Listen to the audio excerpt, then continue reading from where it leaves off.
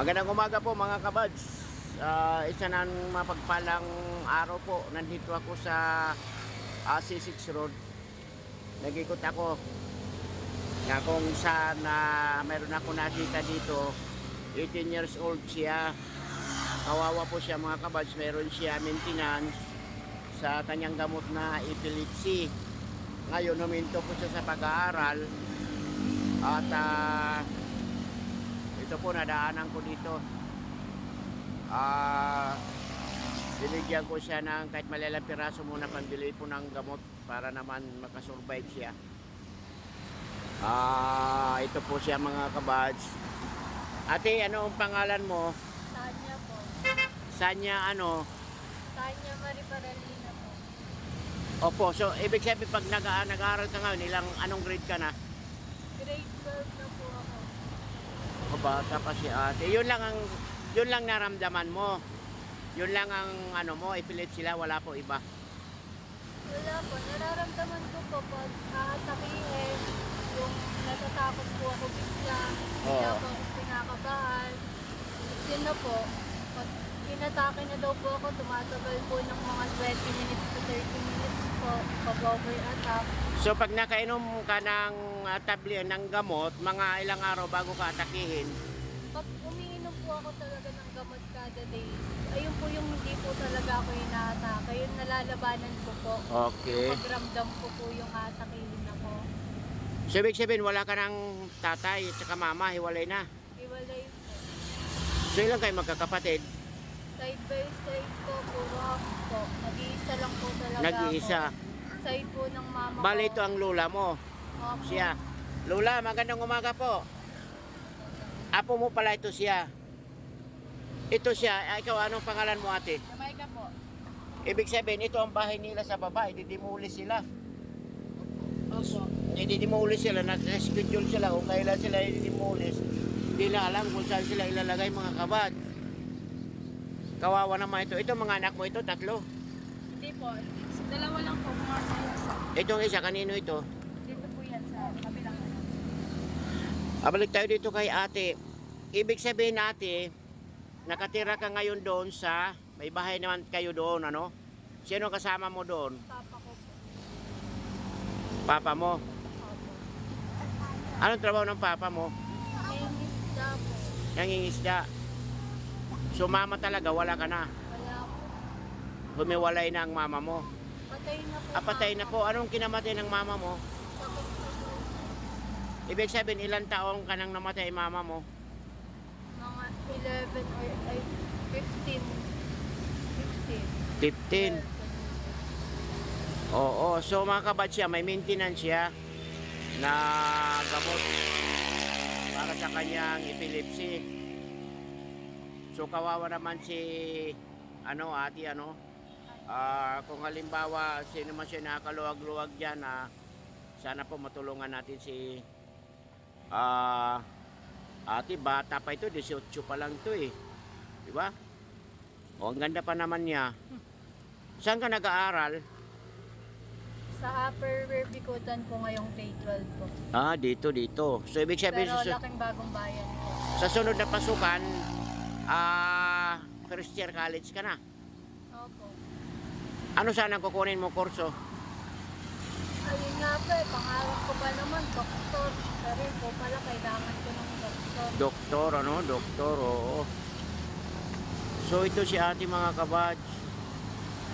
So ito naman si Lola. Saan kayo lilipat Lola kung sakali?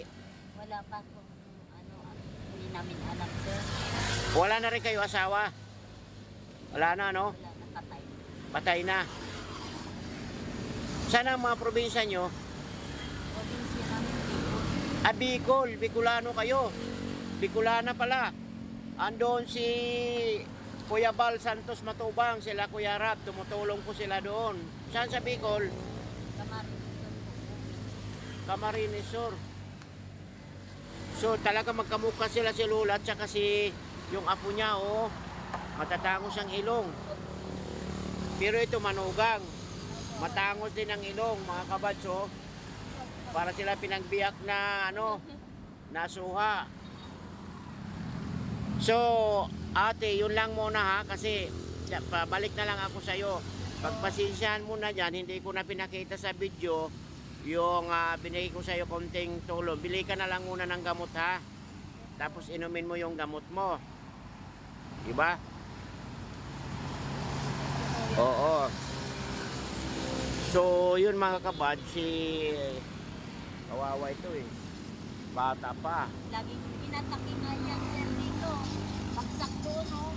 Na yung ulo niyang matiis na, buti ka nang bumagsak talaga dun, sir.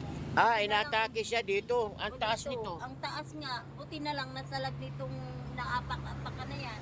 Bakit ito may hagdanan kayo dyan? Bakit may hagdanan yan? Ito, yung inuupuan nyo. Ayan talaga hagdanan nyo pababa. Di po, ito. Ayun. Eh kaso dito siya nakaupo, kaya bumagsak siya dyan. Oh. Salo lang po ako ng tatay. Sana naman wag ka na atakihin. Inom ka ng gamot. Saan ka bibili ng gamot? Meron naman dyan, ano? Opo. O bili ka, inom ka kaagad ha. Yes po. Salamat. Pag balik na lang ako dito para madagdagan ko yung pambili mo ng gamot. Ayun mga kabads, hindi ko na lang pinakita yung binigay ko kay ate na konti para makabili siya ng gamot. So, sana matulungan ito si ate. Pero hindi ka naman lumapit dyan sa barangay, hindi ka nagano sa kanila. Opo. Kasi yung Taguig Hospital, parang ano yan public yan, hindi private. Public. Public. Pero ang gamot, ikaw bibili. Oo, Taguig General Hospital yan pala, di ba? Oo. So yun. Ito si Lola problemado kasi alisin bahay nila. Hindi nga kami makatulog. Bali, ang asawa mo, anak niya. Opo. Anong trabaho ng asawa mo? Isda po. Nangingisda dyan sa Lawa. Magkano naman kinikita araw-araw? Minsan matumal po eh. Minsan sa isang araw, 200. Minsan wala pa. Pag malakas po yung hangin. O so ikaw, dito ka lang sa bahay. Saan ang probinsya mo? Kapampangan po ako eh. Kapangpangan. Kapampangan. Oo. Nandun mga magulang mo. Wala kapatid dito. Batiin mo sila sa Kapangpangan. Batiin mo sila doon sa Kapangpangan ba? Kapangpangan na salita, batiin mo sila doon. Daw, ako nakakaya. Oo. Shout out dyan sa mga taga Kapangpangan. Oo. So yun lang mga kabad, salamat po at naibahagi ni ate ang kanyang kwento. Siya daw po may karamdaman, epilepsy po. Sana po matulungan siya kung sino man po makapanood itong video. Kawawa naman si ate. At bata pa ito, nag-aaral po siya sa kasalukuyan. May maintenance po siya. So mga kabads, hanggang dito na lamang po. Maraming salamat po kaya Bads Vlog. Thank you po.